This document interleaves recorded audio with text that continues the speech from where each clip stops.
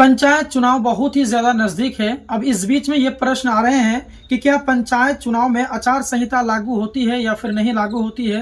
अगर लागू होती है तो कब से लागू होती है और इसे लागू कौन करता है। इसी से जुड़े हुए जैसे कि सरपंच, मुखिया, वार्ड सदस्य चुनाव 2026 है, उसकी जो पूरी सच्चाई है वो मैं आपके सामने में अभी लाने वाला हूँ। इसीलिए अगर आप लोग जानना चाहते हैं कि क्या पंचायत चुनाव में आचार संहिता लगती है या नहीं लगती है, तो इस वीडियो को आप लोग पूरा देख लें। आपको मैं A to Z जानकारी दे दूंगा कि आखिर लगती है तो कब लगती है, कौन कौन से नियम साथ में लगते हैं और कौन कौन से जो है सरकारी योजनाएं बंद हो जाती हैं और क्या है इसके इफेक्ट, असल बात क्या है, हर एक चीज मैं आपको बताने वाला हूँ।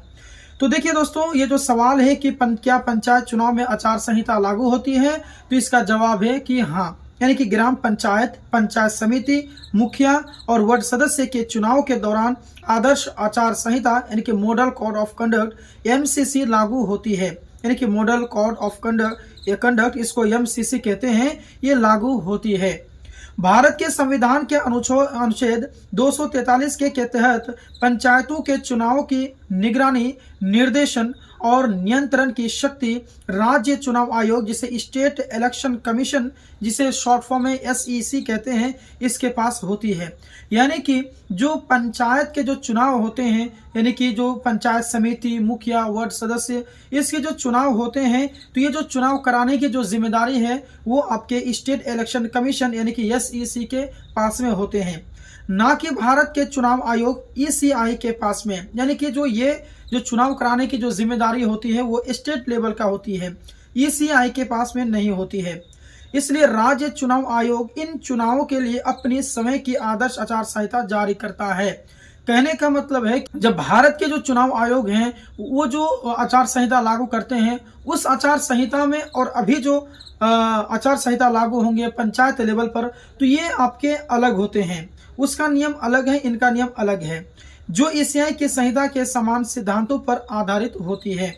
आइए अब जानते हैं कि आचार संहिता कब और कहां लागू होती है। देखिए, लागू होने का जो समय है उसको समझिए। देखिए, आदर्श आचार संहिता की घोषणा राज्य चुनाव आयोग द्वारा चुनाव कार्यक्रम के तारीखों की घोषणा के साथ ही कर दी जाती है। यानी कि और यह चुनाव प्रक्रिया पूरी होने यानी कि परिणाम घोषित होने तक लागू रहती है। किन क्षेत्रों में आचार संहिता लगती है इसको भी समझिए। देखिए, यह मुख्य रूप से ग्रामीण क्षेत्रों में लागू होती है, पूरे भारत में नहीं। जहां चुनाव हो रहे होते हैं, यदि चुनाव केवल कुछ जिलों या ब्लॉक में हो रहे हो तो MCC उन्हीं विशिष्ट क्षेत्रों तक सीमित रहते हैं। यानी इसका यह मतलब हुआ कि जिस क्षेत्र में होंगे, जिस ब्लॉक में होंगे, जिस जिले में होंगे, उसी जिले में ये आपके जो मॉडल कोड ऑफ कंडक्ट हैं वो लागू रहेंगे, आचार संहिता लागू रहेंगे। और जिस जिले में नहीं इलेक्शन होंगे या घोषणा नहीं हुई है वहां पर नहीं होंगे। आइए अब जानते हैं कि आचार संहिता लागू होने के मुख्य कारण क्या है। देखिए, आचार संहिता का मुख्य उद्देश्य स्वतंत्र, निष्पक्ष और शांतिपूर्ण चुनाव सुनिश्चित करना है। समान अवसर को समझिए कि यानी यह सभी राजनीतिक दलों और उम्मीदवारों के समान अवसर प्रदान करती है ताकि कोई भी सत्ताधारी दल अपने पद का दुरुपयोग ना कर सके। सरकारी संसाधनों का दुरुपयोग को रोकना, इसका यह भी मतलब है। यानी कि चुनाव अवधि के दौरान सरकारी वाहनों, भवनों या मशीनरी का उपयोग चुनाव प्रचार के लिए प्रतिबंध होता है, नहीं कर सकता है। नई घोषणाओं पर रोक ये भी होते हैं। यानी कि सरकारें या मंत्री किसी भी नई वित्तीय अनुदान की घोषणा, शिलान्यास या किसी भी लोक लुभावन जो जिससे लोग प्रभावित हों या लोग उनकी तरफ माइल हो जाएं, योजना की शुरुआत नहीं कर सकते जिससे मतदाताओं को प्रभावित किया जा सके।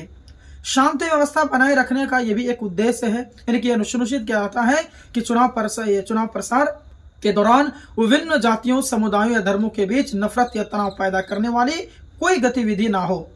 अगर शॉर्ट फॉर्म में कहा जाए तो स्थानीय निकायों के चुनाव भी लोकतांत्रिक प्रक्रिया का एक महत्वपूर्ण हिस्सा है और उनमें भी निष्पक्षता और पारदर्शिता बनाए रखने के लिए आचार संहिता का पालन अनिवार्य है और इसीलिए ये लागू होते हैं। आई होप आपको समझ में आ गया है कि आचार संहिता जो है कब लागू होते हैं, क्यों लागू होते हैं, इसके पीछे कारण क्या है।